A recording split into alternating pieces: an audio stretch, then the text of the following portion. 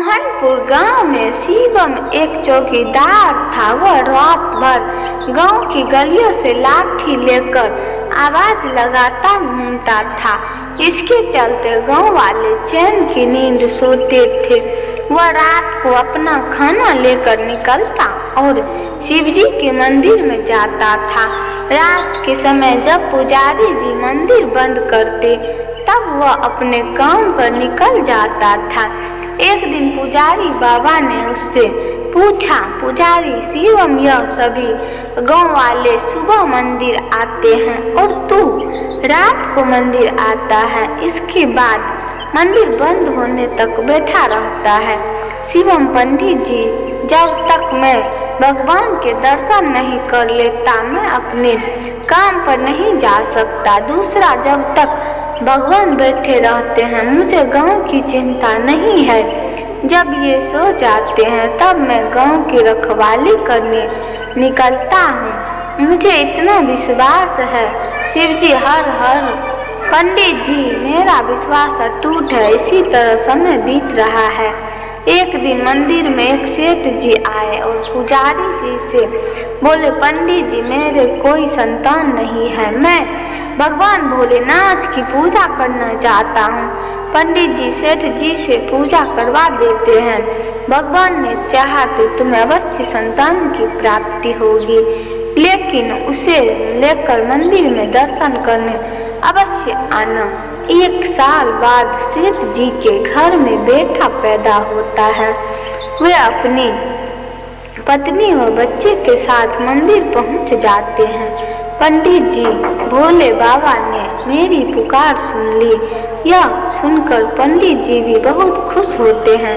उसके बाद सेठ जी कहते हैं, पंडित जी, मैं इस शिवलिंग की जगह सोने का शिवलिंग स्थापित करना चाहता हूँ। यह आप क्या कह रहे हैं सेठ जी? यह शिवलिंग बहुत पुराना है, हम इसे हटा नहीं सकते, और अगर आपने सोने का शिवलिंग स्थापित कर दिया तो इस खबर के फैलते ही शिवलिंग चोरी होने का खतरा बढ़ जाएगा। लेकिन पंडित जी, मैंने निर्णय कर लिया है, आप कोई उपाय बताइए। ठीक है, मैं गांव वालों से सलाह करके आपको बताऊंगा। आप 2 दिन बाद आइएगा रात को। पंडित जी शिवम की बात करते हैं, पंडित जी आप चिंता न करें, भोलेनाथ पूरे संसार की रक्षा करते हैं। क्या अपने शिवलिंग की रक्षा नहीं कर पाएंगे?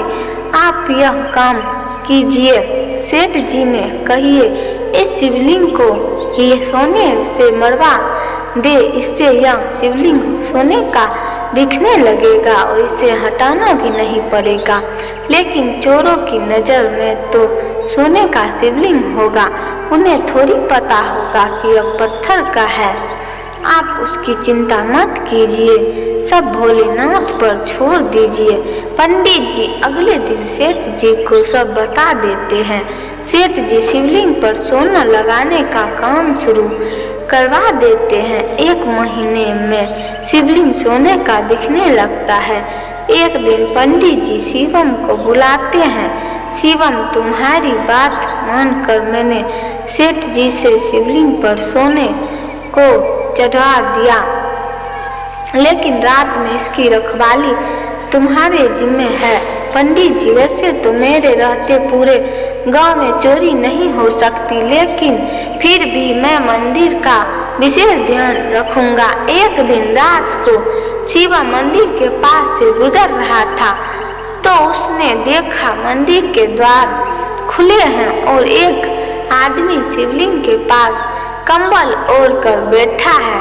शिवम उसके पास पहुंच, तू कौन है और मंदिर का द्वार कैसे खोला?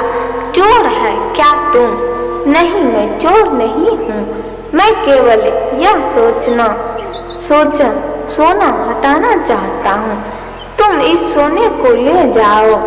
क्या मतलब? इस सोने को क्यों हटा रहे हो? यह सोना तुम्हारे कारण लगा है, इसलिए मैं चाहता हूँ कि यह सोना तुम ही ले जाओ। आप कौन हैं और ऐसा क्यों बोल रहे हैं? तभी वह आदमी भगवान शिव के रूप में प्रकट हो जाते हैं। मेरे और मेरे भक्तों के बीच में यह सोने जो है दीवार खड़ी कर दी है। मेरे भक्त जो भी श्रद्धा से आज अर्पण करते थे वे अभी सोने पर ही रह जाता है, मुझ तक नहीं पहुंच पाता है और न मेरे भक्त मेरे दर्शन कर पाते हैं। अगर दोस्तों शिवम यह सुनकर भगवान के पैरों में गिर जाता है, प्रभु मुझे माफ कर दीजिए, मैं अज्ञानी समझ ही नहीं पाया, आप तक जल भी नहीं चढ़ पाया, मैं अभी इस सोने को हटा देता हूँ। यह कहकर शिवम उस सोने को हटा देता है। भगवान शिव उसे आशीर्वाद देकर अंतर ध्यान हो जाते हैं। सुबह जब मंदिर खुलता है तो पंडित जी यह सब देखकर शिवम से पूछते हैं। शिवम उन्हें सारी बात बता देता है। पंडित जी उसी समय सेठ जी को बुलाते हैं और भगवान मुझे माफ कर दीजिए, मुझसे बहुत बड़ी भूल हो गई। अपनी जिद के कारण मैंने आपकी पूजा में बाधा डाली। उस दिन से मंदिर में पहले की तरह पूजा होने लगी। सेठ जी ने वह सोना गरीबों में दान कर दिया। अगर दोस्तों आप इसी तरह नई नई कहानियाँ सुनना चाहते हैं तो हमारे चैनल को सब्सक्राइब जरूर करें और साथ में लाल बटन को दबाना ना भूलें और शेयर करें, कमेंट करें। अगर कुछ भी गलती हो तो कमेंट में हमें ज़रूर बताएं।